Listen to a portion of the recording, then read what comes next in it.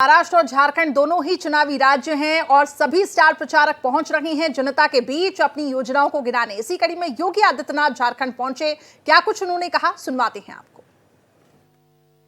एक रहेंगे, सेफ रहेंगे, एक रहेंगे, नेक रहेंगे। बटे थे तो कटे थे, अब एक रहेंगे तो सेफ रहेंगे। और सेफ रहने के लिए ही आपका आह्वान करने के लिए मैं आया हूं कि बहनों और भाइयों, समय आ गया है जब प्रधानमंत्री मोदी जी के विजन के अनुरूप भारत को दुनिया की सबसे बड़ी ताकत के रूप में स्थापित करना है।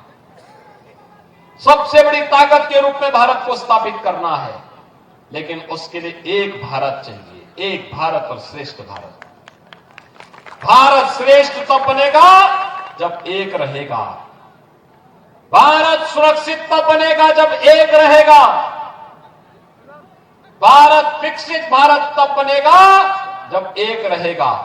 ये जाति के नाम पर, मत और मजहब के नाम पर, क्षेत्र और भाषा के नाम पर बांटने वाले लोग ये देश के दुश्मन हैं।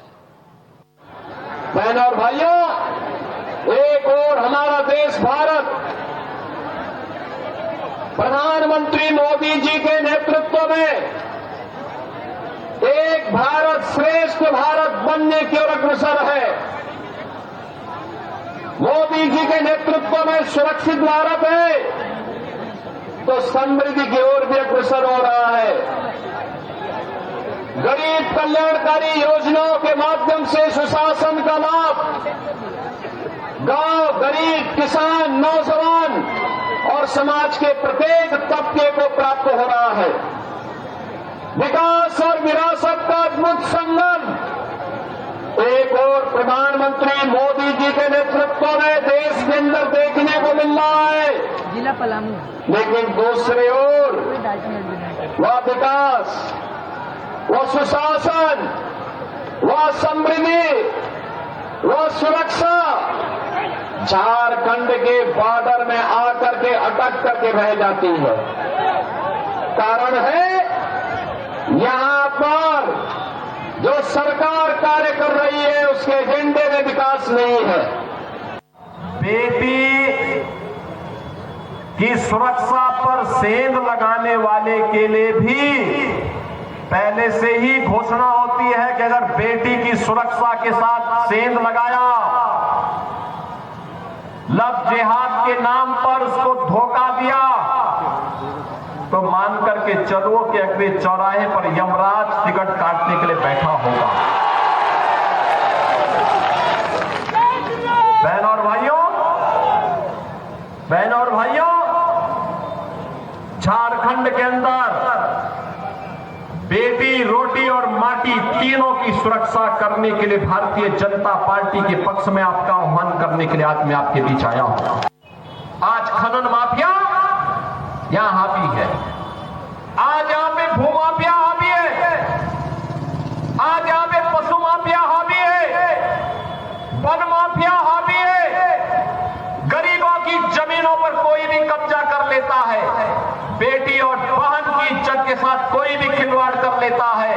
लव जिहाद के नाम पर जनजाति बेटियों के साथ जिस प्रकार का धोखा हो रहा है, इसका जवाब केवल और केवल भारतीय जनता पार्टी है। भारतीय जनता पार्टी इसका जवाब है। आपने देखा होगा उत्तर प्रदेश के अंदर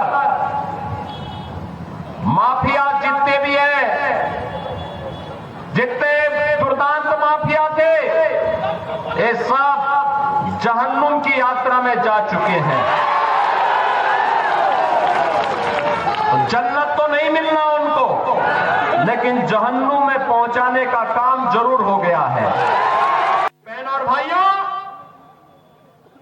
लव जिहाद के नाम पर जो खेल बांग्लादेशी घुसपैठी और रोहिंग्या मुसलमानों के द्वारा झारखंड के अंदर रचा जा रहा है, इस षड्यंत्र के हिस्से ये इंडी गठबंधन की कांग्रेस, झारखंड मुक्ति मोर्चा और आरजेडी तीनों लोग बने हुए हैं। ये तीनों दल इस षड्यंत्र में शामिल है। आपके सामने पहचान का संकट खड़ा कर रहे हैं और याद रखना, ये पहचान का संकट अत्यंत खतरनाक संकट है। बहनों और भाइयों, हमारी पहचान को समाप्त करने के लिए, हमारी अस्मिता को समाप्त करने के लिए, जिन मूल्यों और आदर्शों के लिए भगवान बिरसा मुंडा ने अपने आप को बलिदान किया था, जिन मूल्यों और आदर्शों के लिए वीर शहीद नीलांबर और पीतांबर ने अपने आप को समर्पित किया था, जिन मूल्यों और आदर्शों के लिए झारखंड की भूमि में राजा मेदिनी राय ने अपने आप को समर्पित किया था, वे मूल्य और आदर्श आज झारखंड मुक्ति मोर्चा, कांग्रेस और आरजेडी ने तार तार करके रख दिए हैं। अपने वोट बैंक के लिए इन्होंने माफिया को प्रश्रय दिया है। बाबा साहब डॉक्टर भीमराव अंबेडकर के पंचतीर्थ बने, यह काम मोदी जी ने किया। कांग्रेस ने तो बाबा साहब भीमराव अंबेडकर को अपमानित किया था। और इसीलिए बहनों और भाइयों, मैं आपसे कहने के लिए आया हूं, जब ये राम मंदिर का निर्माण नहीं कर सकते, भगवान बिरसा मुंडा को सम्मान नहीं दे सकते, बाबा साहब डॉक्टर भीमराव अंबेडकर को सम्मान नहीं दे सकते, बेटी की सुरक्षा नहीं कर सकते, बांग्लादेशी घुसपैठियों को, रोहिंग्या मुसलमानों को किक आउट करके देश से बाहर नहीं कर सकते, देश को सुरक्षा नहीं दे सकते, गरीबों का कल्याण नहीं कर सकते, तो फिर इनको चुनना ही क्यों है?